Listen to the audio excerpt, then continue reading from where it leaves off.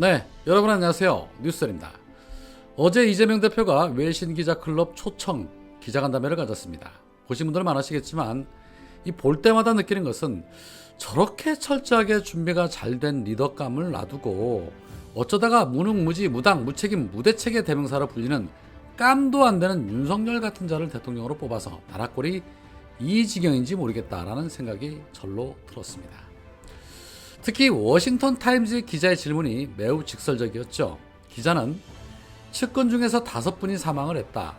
저희가 이재명이라는 인물을 위험인물로 봐야 하냐라고 물었습니다.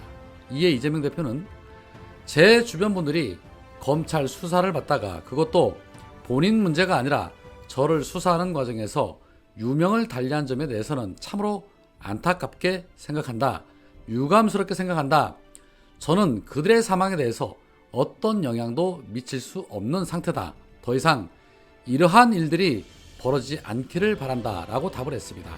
이에 아사히신문 기자가 위례 대장동 개발 특혜 등 성남시장 재직 당시의 일로 기소된 것에 대한 입장을 물었습니다. 이에 대해서 이재명 대표는 지금 현재 검찰의 수사와 기소에 대해서는 저로서는 대한민국 법원을 믿고 법적 대응에 최선을 다할 것이다. 다른 보통 사람들은 평생 한번 당할까 말까 하는데 저는 검찰 또는 경찰의 압수수색을 지금 언론에 공표된 것만 봐도 339번을 당했다. 그러나 결과는 아무런 물적 증거가 없었다. 외신 기자회견에서 이런 질문과 답을 해야 된다는 사실이 참으로 수치스럽다. 집안의 문제는 가급적이면 집안에서 해결하는 게 좋은데 그렇게 되도록 노력하겠다라는 말을 했습니다. 참 상상할 수 없는 일들이죠.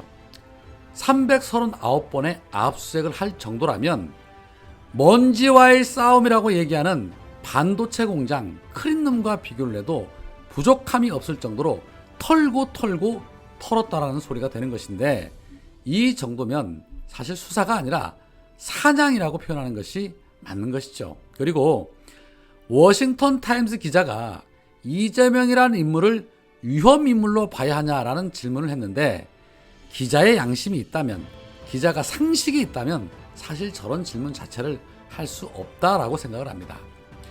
이와 똑같은 질문을 다음번에 윤석열을 초청해서 던져보면 어떨까 싶습니다.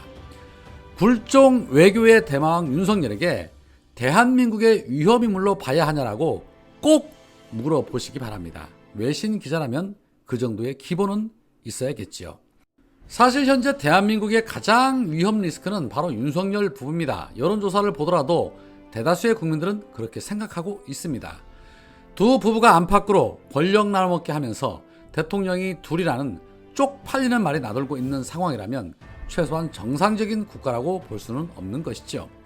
그런데 더 어이가 없는 것은 나눔의 상징으로 잘 알려진 사회복지공동모금 사랑의 열매 명예회장에 김건희가 추대됐다는 것입니다. 물론 기존에 대통령 배우자를 명예회장으로 추대해왔다고는 합니다. 그러나 과거의 영부인들과 비교를 해볼 때에 과연 김건희를 사랑의 열매 명예회장에 추대하는 것이 맞는 것인가에 대해서는 회의적인 시각을 갖는 분들이 많습니다. 왜 그럴까요? 우리 사회 곳곳에 사랑과 희망을 전하기 위해서 만든 그러한 단체에 과거 김건희의 이력이 적절치 않기 때문이라는 것입니다. 주가 조작 의혹으로 또는 허위 이력과 허위 경력으로 이미 무수한 의혹들이 차고 넘치고 드러난 정황이 무수한데도 그런 사람에게 사랑의 상징인 단체의 명예회장을 추대한다는 거 본연의 취지를 퇴색시킨다는 것입니다. 어제 김건희는 명예회장 추대식에 참석을 해서 이렇게 말을 했습니다. 25년간 소외된 이웃을 살펴온 사회복지 공동모금회의 일원이 되어서 영광스럽다.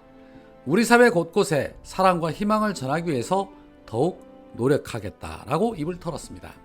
우리 사회 곳곳에 당신의 사랑 전하지 않아도 좋으니까 본인 수사나 잘 받고 조용한 내조나 하면 어떨까 싶습니다.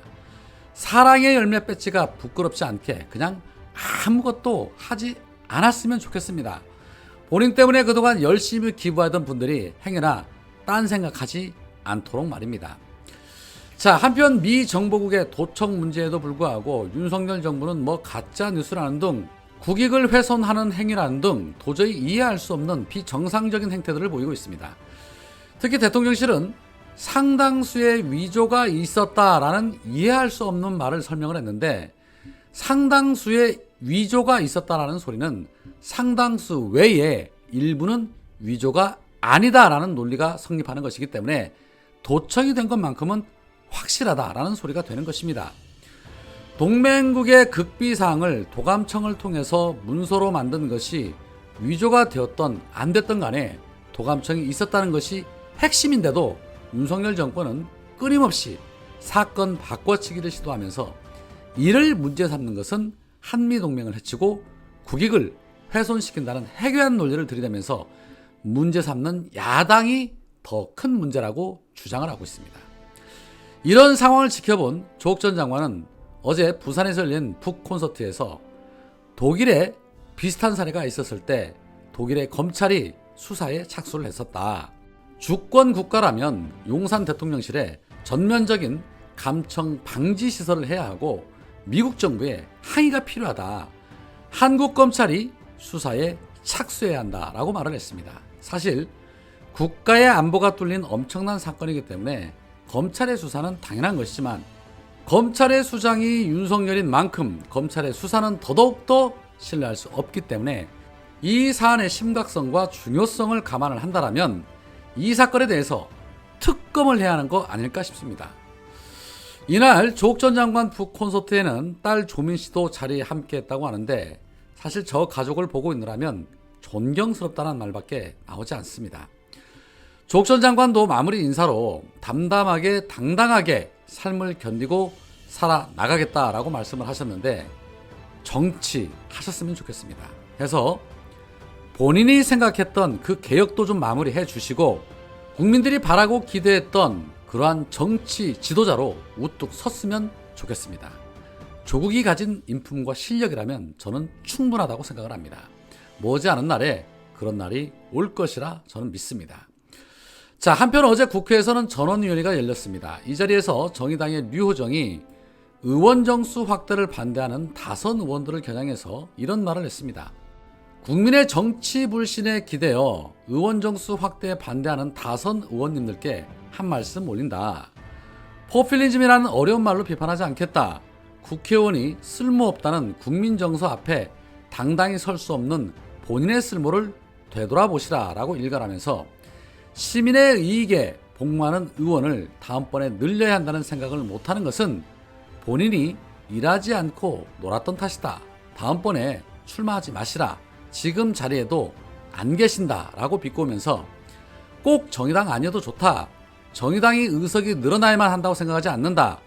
국회가 공정한 룰에 의해 구성이 되고 모든 정당이 국민을 행복하게 할 좋은 정책으로 경쟁을 했으면 좋겠다.